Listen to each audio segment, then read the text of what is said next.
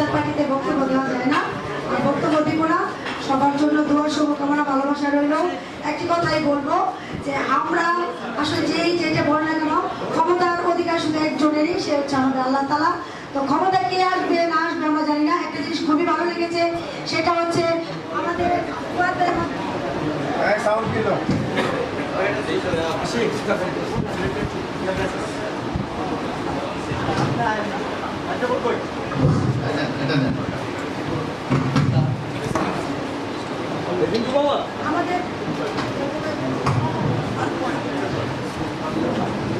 আমাদের ভুয়া ভাইয়ের আয়োজনে মানুষকে গণ ইফতার পার্টির আয়োজন করা হয়েছে পল্টনে।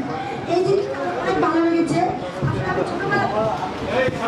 ছোটবেলা থেকেই খাবার দাবার মানুষকে আসলে খাওয়ানো, এটা অনেকেই পারে না। এই হাতটা আমরা শুধু মানে এইভাবে মানে কাজ করতে অনেক কম মানুষকে দেখি, কিন্তু এইভাবে পারতে হাজার হাজার মানুষকে দেখি। তো আলহামদুলিল্লাহ বিশাল বড় আয়োজন, মোরগ করা ইফতারের আয়োজন, 500 মানুষের প্লাস প্রতিদিন এই আয়োজন করা আমার খুবই ভালো লেগেছে। তো আলহামদুলিল্লাহ দোয়া করবেন যেন আমাদের দল ক্ষমতায় আসুক বা না আসুক, আমরা অসহায় মানুষ ছিলাম, আছি এবং